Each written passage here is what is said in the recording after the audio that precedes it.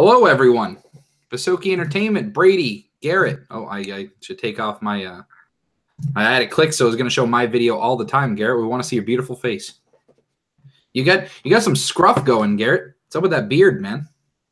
It looks like less in person, I feel like, but it just started coming in finally. I think it means I'm becoming a man.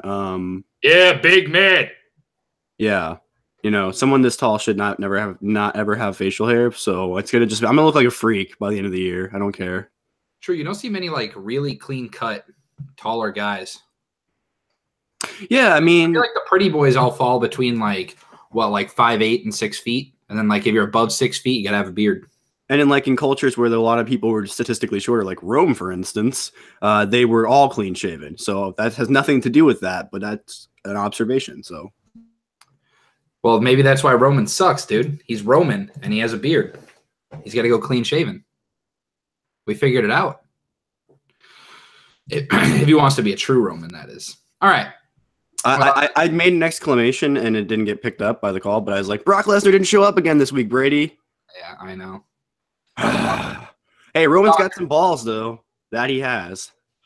I think Brock. This is all. I think it's got to be rigged, but at the same time, at least he's actually saying the thing instead of just going out there and being like, meh, you know. Yeah, I mean, this is got to be a work, and people are like, oh, this is terrible that Brock Lesnar's not out here. Okay, what does he normally do when he's at Raw? He stands there in pants and sweats while Paul Heyman talks, and then he walks out. Like, do you really need Brock Lesnar there? No, just have Paul Heyman there. It's fine. Just means you have to pay him for more days that he's on TV. Exactly. So, sticking with this storyline, Kurt Angle decides to kick off Raw, and he's interrupted by Roman Reigns. And Roman Reigns pretty much comes out. He's sticking with the toe in the line of what's reality, what's not. He comes out basically saying they're in Detroit, which it was a good spot to do this promo because Detroit's known as a very blue collar working class city. And the people that were there, they're very hardworking people for the most part. So Roman came out and he's like, so Brock Lesnar doesn't show up for his job. Detroit, what would happen if you didn't show up for your job? And everyone's like, dude, you get fired. And so Roman demands that Brock Lesnar gets fired, or else he's gonna go back and have a talk with Vince McMahon, which obviously Kurt Angle does not fire Brock Lesnar. So Roman Reigns goes back to meet Vince McMahon. Before we talk about like what happened after that, Garrett, what do you think about them bringing Vince into this storyline? Do you see it as desperate, or do you think it's a good idea? I mean, I could see the argument that maybe it doesn't need it or whatever, but I mean, I think any opportunity you give Roman to kind of separate himself from the WWE people, because I think even he himself personally views himself as separate. He may get certain privileges and he may accept that, but I don't think he looks at himself as the guy they want to be, because there's also a lot of other guys that if you really look at it, they also really want to be like him in that way. But they just don't have, and the thing is that when we always go back to this, Roman has this raw wrestling talent I don't think anyone's ever really had. Not for a long time anyway. Well, I mean, it's definitely not SmackDown wrestling talent. But so and I mean, every interview you listen to, just listen to there's this compilation, I don't remember what channel it's on, of people shooting on Roman Reigns. Everyone from Daniel Bryan all the way down to people that I think are in Japan and Lucha Underground now, that all had single matches with the guy, but they all talk about how phenomenal the guy is. I mean, would you not want that to be the guy that leads everybody if you're a company? And it's not a bad thing. He is the locker room leader. That's why this storyline makes sense. If someone else would have came out, if they would have had Braun Strowman, for example, be the guy at WrestleMania to face Brock Lesnar, this storyline wouldn't seem as powerful because Braun Strowman's so much newer than Roman Reigns is. Everybody knows that Roman Reigns is the locker room leader. Since Taker left, it's been Reigns. It was Cena on SmackDown and Reigns on Raw. That's just how it was. So that's, it's very powerful when they do these shooty type promos. I loved Kurt Angle selling it too by being like, "Whoa, I don't know if you should go there." Kurt Angle has been great. Like Kurt Angle, it seems like he wasn't really bought into the whole product until now that he's been cleared to wrestle. Like since he had the match with the Shield, he's been so good, like so good. So Roman Reigns ended up getting suspended temporarily, temporary suspension. by Vince McMahon, and yeah, I mean that's pretty much it. So it looks like we're gonna.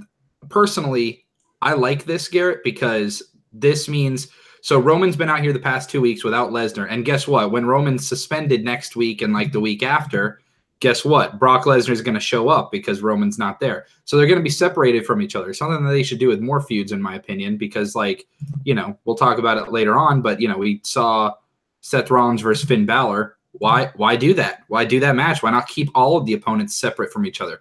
That way at Mania, you get all these payoffs. We talked about, I think Rousey should not have even laid a finger on Stephanie McMahon. She should have slithered away every single time until Mania. I mean, like, the problem, the only problem I could see doing that with every feud is like it would eventually, just like everything else, just get stale doing it all the time. But other than that, I mean, I think that's part of the reason why Jericho versus Omega was so successful, because only a couple of times did Jericho show up in New Japan before he was there for Wrestle Kingdom, and then the match was like, whatever you say about the match, but you know, it felt huge, like the biggest match of 2017 probably was or maybe it was early 2018, but it felt like this colossal match, and they hadn't touched on Ring of Honor, and then he sent a video to New Japan, and then I think he showed up twice, and boom, match. Yeah, I mean, and it felt important because you're like, oh, I wonder what these guys are actually going to do to each other. But when you see it week to week, every week in matches, in these segments where they got to look strong, you know, I agree they have to look strong, but there are other ways of making somebody look strong. You know, one of the funniest yet most ironic things of 2017 was WWE 2K18, because I talk a lot about how the story mode in there is really dynamic. It's a lot more realistic to what a wrestling promotion should book like too.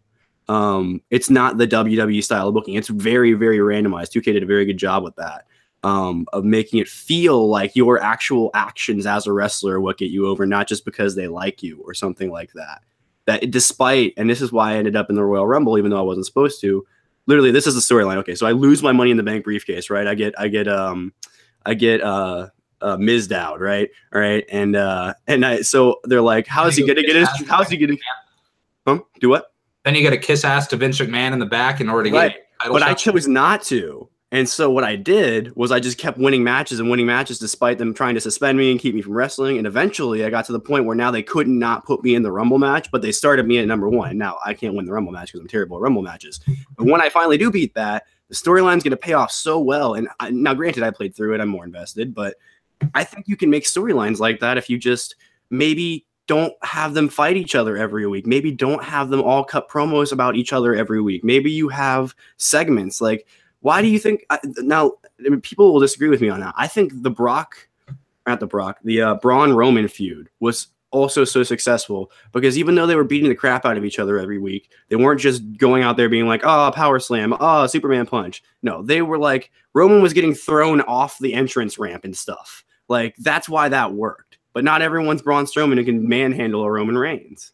So I don't know. I agree with you, and I just want to see them try harder because you can tell when they don't have any, they really don't care about what's going on in these feuds, even into Mania. It's like, there are other ways to build a feud other than, oh, you beat me last week and I beat you this week, so we need to wrestle again to see who's really the best. Because that's every feud. It's weird. All right. By the way, there's going to be a quicker podcast because at 8 o'clock, I'm going to watch Survivor. So if you like expedited Bill's got AJ McCarron, like 40 minutes, we're good. The Miz is great. He had a Miz TV featuring his 2 opponents at WrestleMania, Finn Balor and Seth Rollins, trying to get them to turn on each other. It didn't work for most of the, for the most part, but then it did. Basically, the 2 baby faces came there because they were like, look, as long as one of us wins and Miz doesn't win at Mania, which is what I hope happens, as long as Miz doesn't win, we're happy with it. Do you think there's any way they bring up Rollins injuring Balor a year ago in storyline? I don't know. But I do know that I'm a member of this club and that this club's walking away with the IC title at Mania. Well, it's been reported that Miz is filming a movie right after WrestleMania. So either A, he's going to drop the title, or B, they're just going to let him have the title and it's just not going to be on TV for a little while, which is the way I would go because then you can increase his reign and everything, but who knows.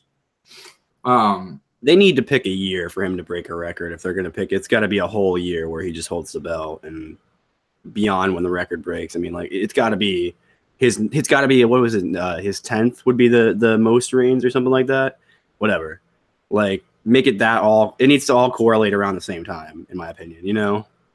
Like he gets that 10th win and you're like, ooh, there's no way he's going to break 2 records in 1 year. And then he does, you know? Miz is great. He might be my favorite person on television right now. Easily. The Bar were scheduled to face the Miz Taraj, but got jumped by every other tag team on Monday Night Raw, leading to a scheduled match for later on, which was a battle royal between all the tag teams. The last person standing representing their tag team, would lead to a match with the Bar at WrestleMania. So, yeah, we'll talk about that later because it was the best part of the night, in my opinion. John Cena came out, cut a promo, and he's like, hey, so I was thinking about it, and remember how I joked about challenging The Undertaker to a match? Well, now I'm going to actually challenge The Undertaker to a match. And then he waited for a second. He's like, because I was thinking about it. They haven't cut my mic off yet. So it's obviously not the people at WWE that are saying I can't wrestle The Undertaker. So I wonder why I can't wrestle The Undertaker. Well, must be The Undertaker saying he doesn't want to wrestle me. And then he called The Undertaker out on some stuff. He called him an egomaniac, amongst a bunch of things. It seems like, well, how would you book this, Garrett? Would you have him answer it next week, the week after? What'd you do? I would have John Cena go into WrestleMania still unsure of how he was going to get there and have him run in and some kind of like breaking into WrestleMania, kind of like Rollins when he said, this is called TakeOver, right? Do something like that, and then have Cena be out there waiting and be like, Undertaker, I'm calling you out right now. And then, dong.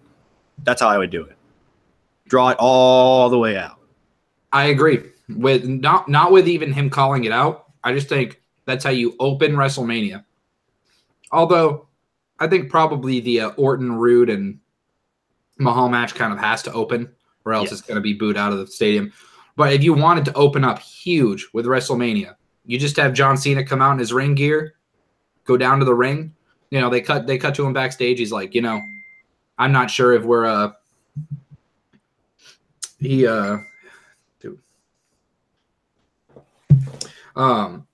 so he'll just be with his ring gear, and they'll interview him backstage, and they'll be like, well, Undertaker still hasn't responded. He's like, yeah, well, just in case, I'm going to go down to the ring, and we'll see. And he goes down, his music hits, and he's standing in the ring. The chants are going. They let it go for like a solid 2 minutes. Cena starts walking out, takes one step through the ropes, and dong. Yeah. It'd be great. That's the way I do it. Be awesome. You know, it's funny. I really at first didn't really want this. I was like, it's just another drawing out of the Undertaker being retired. And I really do still legitimately believe that the best moment you could have had him be like, okay, I'm done at, was when he passed the torch to Roman. That moment can still, I guess, exist in its own form. But I feel like if you do another WrestleMania match, you kind of undercut that, especially if it's like, ooh, it's the match of the century. Now you're still putting Cena above Reigns. And unless you have another Cena-Reigns match, like the next Mania or something, which you could have, you still really aren't passing that torch fully. I mean, think about how like it was like with last year. It's just one of those things. I remember the night after WrestleMania, we had our podcast, and we were talking about it, and I asked you and Charlie, I said, is Undertaker actually done? And both of you guys were like, 100%. Like, that was it. And I was like, but you never know. It's Undertaker. If he wanted to wrestle next year, I guess he could. And you guys are like, yeah, I mean, he could. He just didn't look too good out there. But here he is again, back in another storyline. Whatever. I mean, what can you do? It's if the man wants one more match, we can't say no, you know? Elias came out and tried playing but he lost his swagger, man, after last week's Symphony of Destruction match. He couldn't play to his fullest ability. He told the fans it was their fault and walked out. Braun Strowman was waiting for him. This poor guy, man. I gotta feel bad for Elias. He's struggling. It's fun though. This feud is all fun, you know. I mean, it's the middle of the show thing for Mania or whatever, you know. With like, how the show ended, we know exactly how this is going, and I can't. Oh yeah. I mean, it's like, it's gonna help Elias on his sort of turn that he's done, you know. Like, I really want to see Elias win the IC title at some point, though. I'll pop. You know what I mean? Oh, come on, man. He is the honky tonk man, just with the proper edges. I'm just saying, you know. Seth Rollins faced Finn Balor in the 2/3 of the match. So obviously, you know, we got Balor and Rollins both against Miz a couple weeks ago. Now we've got Balor versus Rollins. So that means that we'll probably run back Miz versus Balor next week and then Miz versus Rollins the week after with nothing but screwy finishes in between, leading to their match at Mania. And we'll be sick of watching all these guys wrestle, even though I was excited for it. I was officially excited for it last week, and my excitement is slowly going down, and they're going to kill it for me by Mania. What do you think, Charlie? Definitely possible. Yeah, they're going to just keep doing random crap with them in the ring. And I'll see, you know, you could just do like different Miz TVs and stuff. I guess. I don't know. I don't know how they'd extend the feud other than them in the ring for the triple threat. Your mic is very muffled, Charlie. Think about it. Got caught up in a shirt or something. You know when that happens with those happens with our lapel mics up at school all the time when people just go like that just instinctively while they're going shrugging, but it's like, no, you're ruining the audio. All the time. Oh, I agree. Garrett, do you want to add anything about this, or can we move on? Rollins and Balor are both good wrestlers. I like the match. I mean, I think there was like a knee from Rollins to Balor, and Balor just like laid out afterward. And I don't know if it was like if he was meant to hit that hard.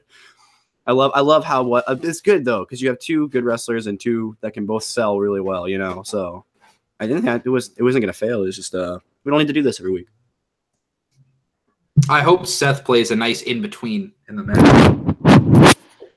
Whoa, that'll be cool. I hope Seth just pulls the "How's your shoulder feel?" Just bust one of those out in the middle of the Mania match. They're totally going to pull that spot back out, right? Where he's going to try and throw him into the barricade again because he knows it'll injure him.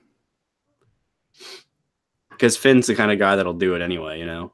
You know what they need to never pull out again? Asuka trying to cut English promos. Yeah. That should have been dead months ago. She tried. It's not her fault. When she talks, she started the promo in Japanese. Just let her do that.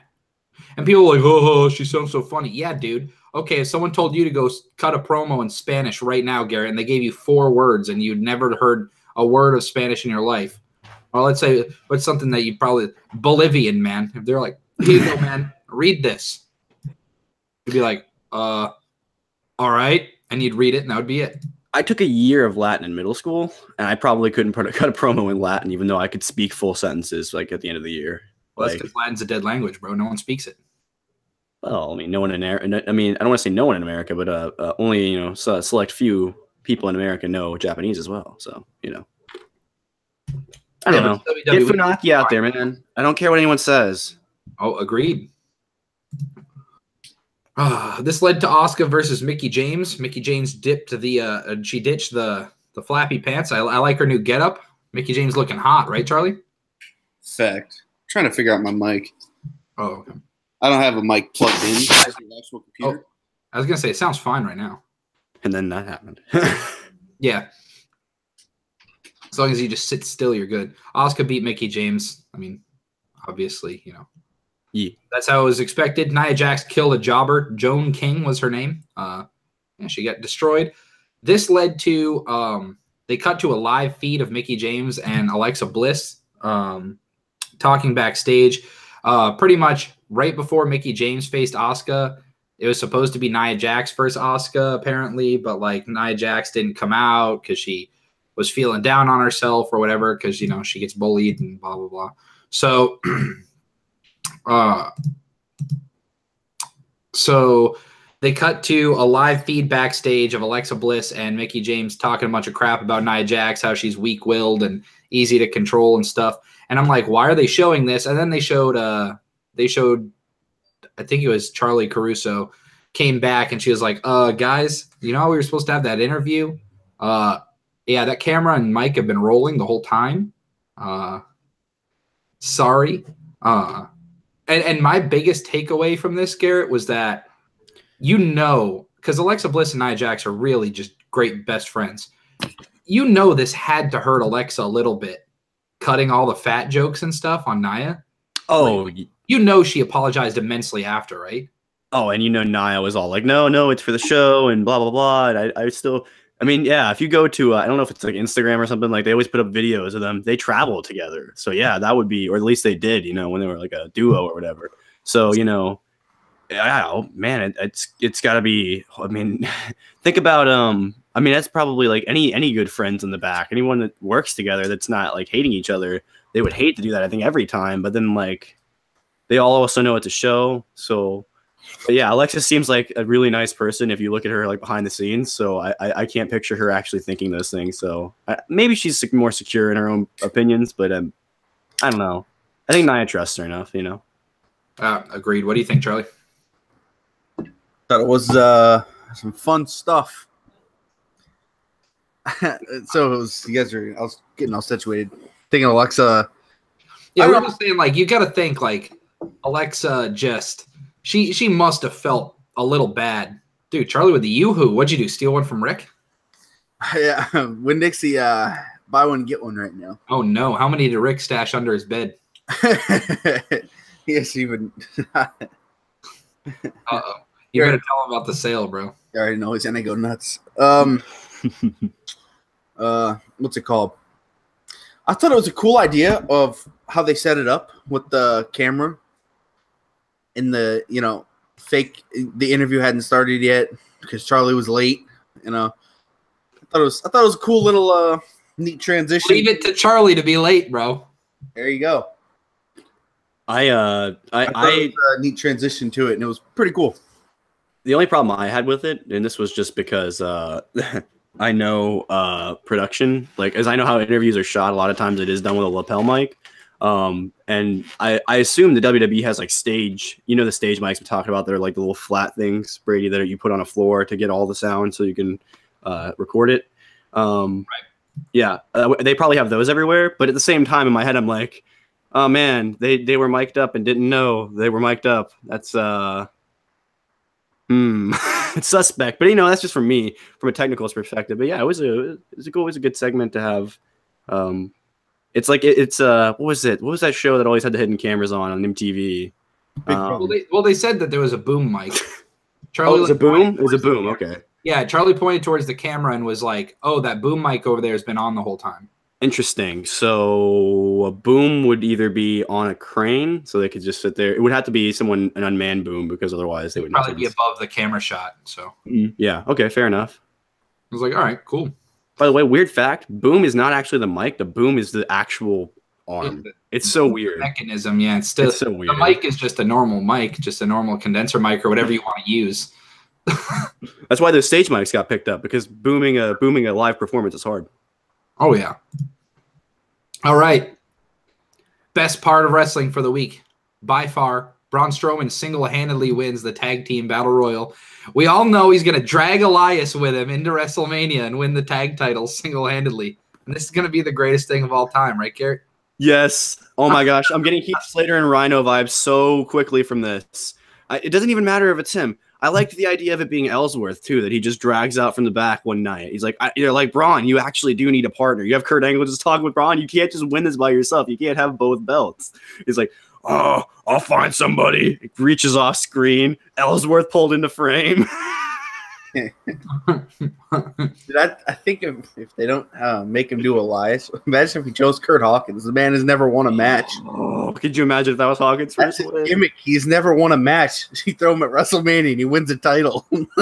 He'd be over it with that too. Oh my! Hawkins would be a thing to everyone else, you know. Whoever his tag partner is needs to get the pin at WrestleMania while unconscious. Yeah, Braun just. I just Braun feel needs like to Kurt Hawkins. pick him up and just put him down on top of this. So. I'm really hoping it's Kurt Hawkins. I feel like it's a long shot. Overdue, though. He's for that sure. guy, dude. Literally never won since he's been back. Think about that. That's pretty. I think they had like a brief shot of him when Nia was running back or someone was running back. They just had him in the background back there. He was like, I'm out of here. You know. Can we have a jobber battle royal where Braun Strowman is watching from the outside to see who his tag partner is going to be at Mania? Ellsworth wins, please. And he ends up picking the guy that was thrown out first. Yeah, dude, anything. And it could be anybody, dude. It could be someone serious, too. I mean, it could... Oh, this would be great. All right, cool. So, Raw grades. Garrett. I'm giving Raw... You know, Raw, I thought there were some solid moments on Raw this week. I'll give it a B minus because I don't think it's really deserving of like a full B, but like it still wasn't a bad show by any means. Charlie? Wasn't any, it's one of those. I didn't really dislike anything, and I left it wanting more wrestling. So, things I did dislike, they did hinder it a little bit. So I'll say A minus, in the sense of it was pretty solid. I'll give it a B, right in between your guys' grades. Sweet. I'll give it just so I'm right in the middle. I'll give it a B half plus. Half plus. B slash. Could you do a half plus? Is that a thing? Yeah, a vertical line. Oh, A t-shirt, bro. I can do whatever I want. I was about to say I didn't even know it's a thing. I am the law.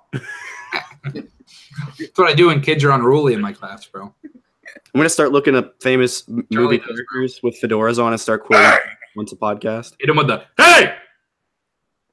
Oh, what do you mean? They just I shoot myself. I'm okay, shoot myself. dude.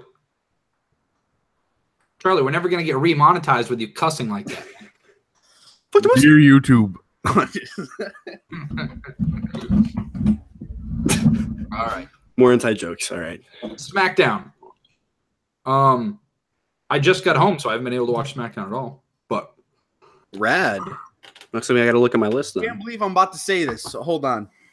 Charlie, I saw your retweet, bro. Let me go look at the retweet that Charlie retweeted. It said something about like it's the best episode of SmackDown in 10 years or something. 10 months since the guy started writing. I tend to agree.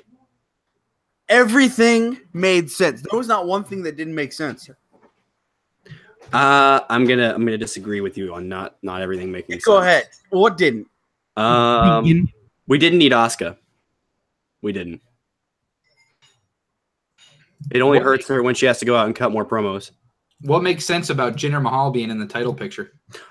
Oh, that too. Guy was SmackDown, and he's been standing tall after every single time that. The end of the show. The end of the show. How did that make any sense? So, How did the end of the show make sense? Also, Because Shane McMahon's vendettas. No, man, Shane McMahon's the face. Yeah, I mean, if you pay attention to the storyline, anyway. Yeah. AJ Styles faced Rusev to kick off the show, and AJ Styles won via disqualification. Pretty much, Aiden English started getting involved. Nakamura came in to make the save on Styles. They're doing the storyline of like, oh, they're great friends and they want to put on a great match. And then Nakamura said some stuff, and that was it. Charlie, what'd you think? That was just a nice little match. This is one of the who I hope AJ would feud with. After Nakamura, if AJ is champion, I don't know. I feel like this Rusev, this is where he should be. He should be in the main event with all the other guys. So that was interesting. Shinsuke, his thing, need a face. That was cool. I'm gonna be honest. I don't know what the point of having Shinsuke in this segment was. I get the feud has to happen. You can have Shinsuke come out whenever. And honestly, I think he does better in those backstage interviews where they can give him some prep time. You know what I mean? And I'm not saying because they wanted to stop the Rusev Day chance by giving him Rusev Day right off the bat. It's the only reason. Right. I mean, if you'd have just had Rusev cold come out and then AJ come out without cutting him, well, you could even have AJ come out as promo and then Rusev just interrupt him. I mean, if you're gonna have this feud feel important, you can't treat it like a normal feud. I mean, really, if it's supposed to be the big Styles Nakamura feud at WrestleMania that we all have been parroting for however long, it's got to feel larger than life in a way that matches just don't these days. Yeah. I don't know. It sounds like a good match. Like I said, the match was fine, but you can have this match and that promo without Nakamura having to be there. Because what did he was out for a couple of minutes before Rusev came out. Yeah. The Bludgeon Brothers face Jimmy Uso and Big E, who were forced to team up together to face Bludgeon Brothers because their teammates are all too injured. They actually let Big E be serious for an entire segment, Charlie. He didn't bust a pancake out of his balls. So, yeah, that's what I prefer on my TV, bro. Yeah, this made sense, and it was cool. Bludgeon Brothers. People still think of them as like, I don't know, like these slower Harper and Rowans. They are not that. They've completely changed everything. And I'm glad that people are giving them a chance. I was worried that, because the way the Wyatt family ended this last time with how bad the Orton and Wyatt stuff was, it was just, it's like, are they ever going to give these people another chance? And they are, so it's cool. I'm glad. They deserve it. And it's fun. This is going to be a hell of a match. It would make sense if it's TLC, too, which is going to make it even more fun. Garrett, do you think this all goes out the window next week as far as them being on the same page, or do you think they actually are going to team up against Bludgeon Brothers and take them out at the pay-per-view at WrestleMania? I hope so. I think that would be cool. I think, though, the problem with this is, like, I see that it could run into the same issues of us just being like, oh, it's just another one of those things like AJ and Shinsuke fighting off Rusev, or The Miz being double-teamed by Finn and Seth so that one of them wins, I don't want it to just fall into that category of they have to team up because otherwise they won't be able to have a good match. But I want it to be like, no, the Bludgeon Brothers are pushing them around. They are trying to work their way into this feud, and they're denying it. They're saying, no, this is our moment. This is our Mania match, Because if they could build that into WrestleMania and then, like, maybe have, like, a stipulation where on the last match before Mania, like, the Bludgeon Brothers can get in, but they both just team together and just, make the sacrifice or whatever. Like, I don't know. I just think it would be really interesting because there's not a whole lot of interesting storylines on TV themselves leading into Mania usually. It's all whatever's going on at Mania, Just put it out there. Juju Smith-Schuster, Ninja, and LeBron James are going to play Fortnite squads together. Ninja has officially taken over the world. Yes, fact. That's insane.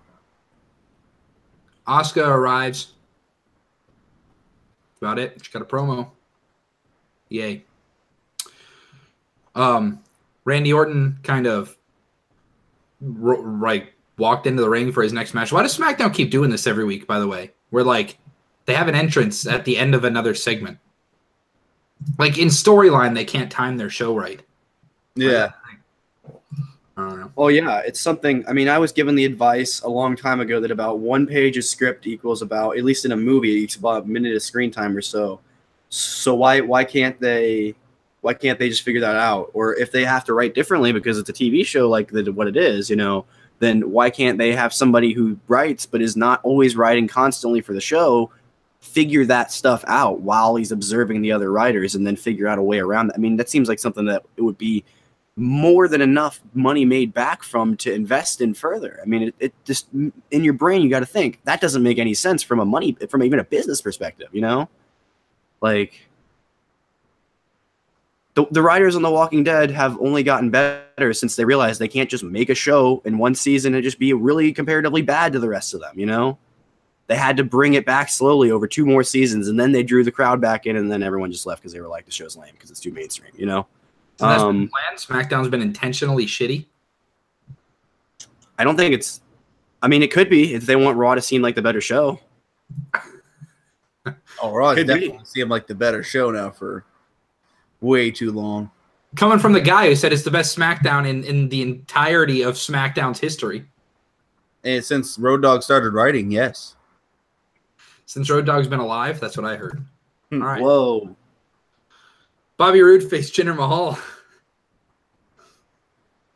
Wouldn't that be all of them? Or did he come in after SmackDown was a thing? My God. We got Orton Mahal last week. We got Roode Mahal this week, right? So Roode and Orton happens next week, and then that leads to Mahal. They're gonna pull the, you know what? I'm tired of Mahal interrupting our stuff. Let's just have our match right now. Why wait till WrestleMania? Let's have it now. And then Mahal comes out and interrupts, and he's added to the match. Naomi faced Carmella. That's it. They're just trying to make Carmella look strong. Anything you guys wanted to add? I think Carmella keep going after the hair is kind of funny, and she looks very vicious. Did it seem in this match to you? Hold on, Charlie. Did you just say she's growing out the hair? I think she's just putting in longer extensions. No, going after. Oh.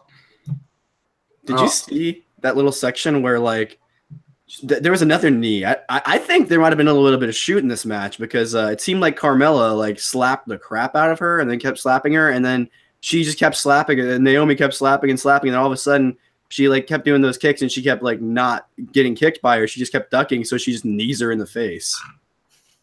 Pulled a Braun Strowman on her and kneed her in the temple. No, seriously, like, it seemed. Did you see that, Charlie? I thought I saw that. Maybe it was work, but I mean, don't know. Yeah, I'm not sure. I don't think myself. It's probably a work, but it just the way it looked, it was like she was just slapping her, and she's like, no. I went to the ropes, and then she got back, started doing those kicks, and then it's like, no. Like, just imagine, because Braun Strowman's obviously a massive guy. He was able to eat the punch from Lesnar. He still got rocked, but he was able to eat the punch from Lesnar. Imagine if, like, Ronda Rousey decided to shoot on someone as tiny as Carmella or Alexa Bliss. Dear God. Like, if she really just threw in an armbar and snapped her arm clean in half on television. Same thing could be said about Asuka, man, you know, or any of them. They could just throw one good clean strike that they learned, you know, years ago, and boom, you know, out. It's true. Nakamura used to fight in MMA. Yeah, that's why I think he's the only guy on the roster that might be able to take Lesnar, except the division difference. But you know, all right, I don't know. Last match here. Well, not really a match. Shane McMahon said that he's going to make an announcement for WrestleMania. So Shane McMahon is obviously the heel, but he's not, because Byron Saxton, who's technically the face announcer, was defending Shane McMahon, even though I have no idea how you can defend Shane McMahon at this point. He's been a dick for about 6 months. And Shane McMahon said that Kevin Owens would be facing Sami Zayn at WrestleMania. Number one question, Garrett, will this actually be a match at WrestleMania? It's hard to say, isn't it, man? I mean, with, like, all the matches that we're going to see, will this fit on the card is the question. I don't think there's any way Shane's not in it somehow, though. Yeah, he'll be there. He might just be a part of the segment where they're like, oh, here's the thing, you know, because that's another big part of what was said here was, which we'll get to, you know. I mean, he'll be involved in some way. If it's a match, I don't know. It depends on how the card stacks up in the last couple of weeks, you know. Because that's when they have to start being like, okay, this is what you're going to see, you know, definitely. Yeah, because Shane, he comes out, he's gone indefinitely. Then those guys come out, they look like they're still mad, and then next thing you know, they're teaming up, beating the crap out of them. And they really put a whooping on Shane. Shane felt that. Shane is still feeling that right now. Owens and Zayn definitely laid a couple real ones into Shane. It's like when Owens split open Vince McMahon. You know McMahon was like, you know Vince is like, headbutt me, kid. We gotta make it believable. Oh yeah. Shane did the same thing, dude.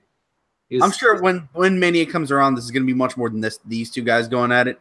I'm sure there's going to be Shane and somehow Ziggler in it, but with Ziggler not interrupting, I don't know.